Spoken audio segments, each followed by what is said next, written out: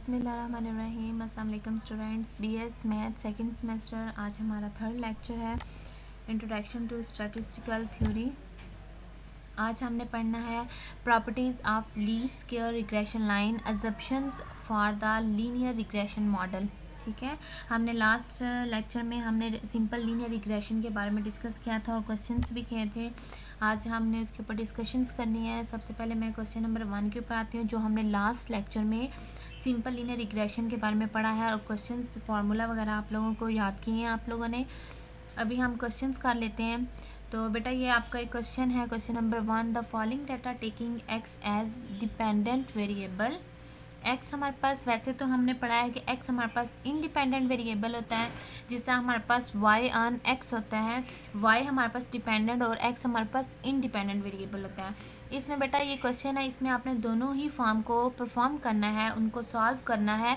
X age dependent variable और एक हमारे पास वाई हमारे पास डिपेंडेंट वेरिएबल। ठीक है, हमने एक्स ऑन वाई और वाई ऑन एक्स हमने फाइंड करना है। दोनों ही हमने रिग्रेशन लाइंस फाइंड करनी है, जिसमें हमने फाइंड करना है, फार्मूला से सॉल्व करने हैं। दोनों का आपने लास्ट लेक्चर में आपने फार्मूले नोट आउट कर लिए होंगे, याद भी कर लिए होंगे। तो बेटा एक फार्मूला आपको एक्स ऑन वाई पे मैंने यहाँ पे मेंशन कर दिया है। तो जब हमारे पास एक्स ऑन वाई होता है, हमारे पास एक्स ऑन वाई हो, तो जब हमारा इसका मतलब होता है कि एक्स हमारे पास एक डिपेंडेंट वेरिएबल है, वाई हमारे पास इंडिपेंडेंट वेरिएबल है। ठीक है, तो उसमें हमारे पास डिवीजन में यहाँ पे हमारे पास क्या आ जाता है, वाई। समझ आ रही है कि आपके पास वेरिएबल जब एक्स एज डिपेंडेंट वेरिएबल हो तो बेटा वाई हमारे पास इंडिपेंडेंट वेरिएबल है, इसका मतलब है एक्स ऑन वाई है। क्या है, एक्स ऑन वाई। जब एक्स ऑन वाई होगा तो हमारे पास बी का फॉर्मूला हमारे पास एक थोड़ा सा चेंजिंग आ जाएगी, वहाँ में डिवीजन में हमारे पास एक्स की जगह वाई आ जाएगा। ठीक है, एक्स हमारे पास डिपेंडेंट वेरिएबल है, वाई हमारे पास इंडिपेंडेंट वेरिएबल है। तो b is equal to n sum of x y minus sum of x multiplication sum of y divided by n sum of Y square minus sum of y whole square. ठीक है, थोड़ा सा minor सा change आया है कि division में हमारे पास y आ गया।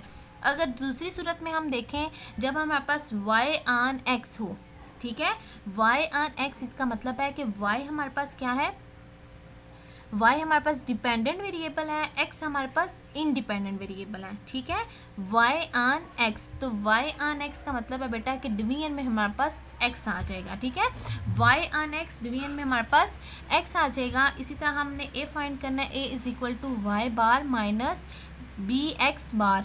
सॉरी बेटा यहाँ पे बार नहीं डाला, तो यहाँ पे हमारे पास क्या आ जाएगा, बार आ जाएगा। ठीक है, ये हमारे पास मीन आ गया है। इसको हम कैसे फाइंड करते हैं, ये हमारे पास क्या आ गया है, y bar minus b x बार।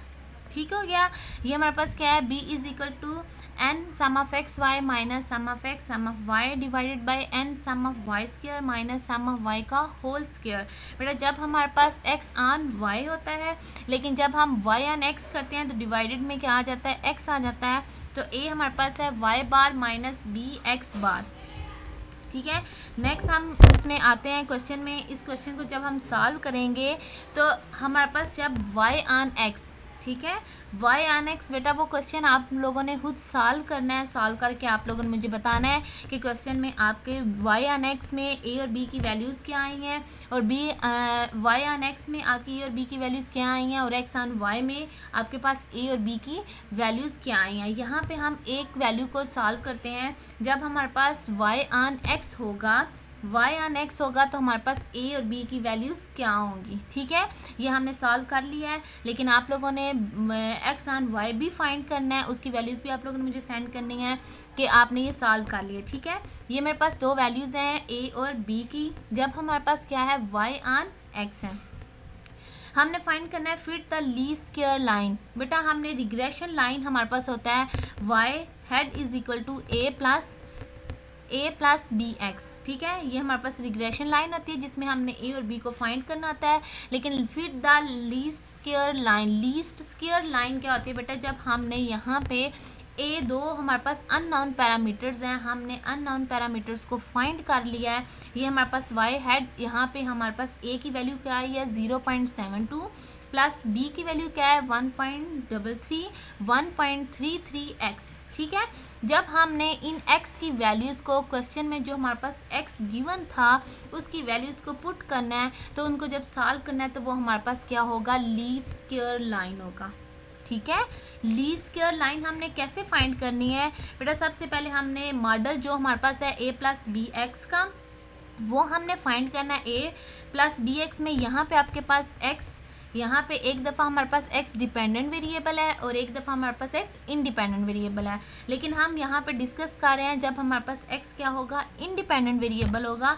तो इंडिपेंडेंट वेरिएबल में हमारे पास लीस्ट स्क्वायर लाइन क्या होती है, a प्लस बी एक्स। ठीक है, a की वैल्यू पुट की है प्लस b की वैल्यूज़ है, और यहाँ पे बेटा हमारे पास x इंडिपेंडेंट वेरिएबल है, तो x की वैल्यूज़ को हमने पुट कर देना है। जब हमने इनको सॉल्व करना है तो ये हमारे पास क्या आ जाएगा, fit the least square line.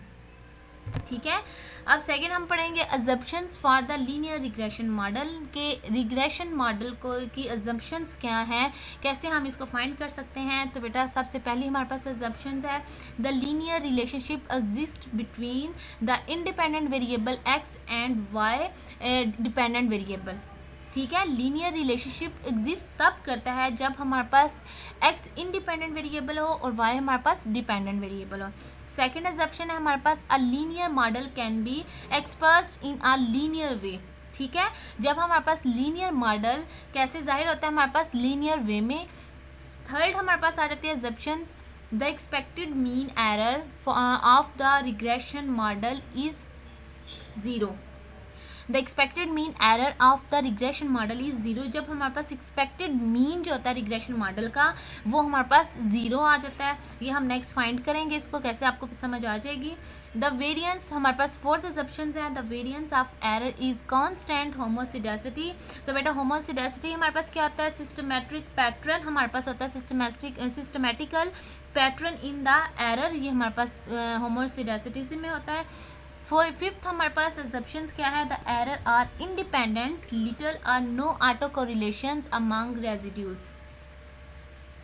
ठीक है, हमारे पास जो एरर होते हैं वो इंडिपेंडेंट होते हैं, थोड़े इंडिपेंडेंट होते हैं, ज़्यादा हमारे पास उसमें ऑटो कोरिलेशन नहीं होती। ये हमारे पास एग्जम्पशंस थी, 5 एग्जम्पशंस हैं, ये बेटा आप लोगों ने याद कर लेनी है। फिर हमने पढ़ रहे हैं, हमारा सेकंड टॉपिक हमारे पास क्या है, properties of least square regression line. Properties of least square regression line में हमारे पास प्रॉपर्टीज हैं, ये आप लोगों ने याद करनी है। The line fitted by the method of least square has a number of properties worth noting. First हमारे पास प्रॉपर्टी है क्या है, द सम ऑफ रेजिड्यूल।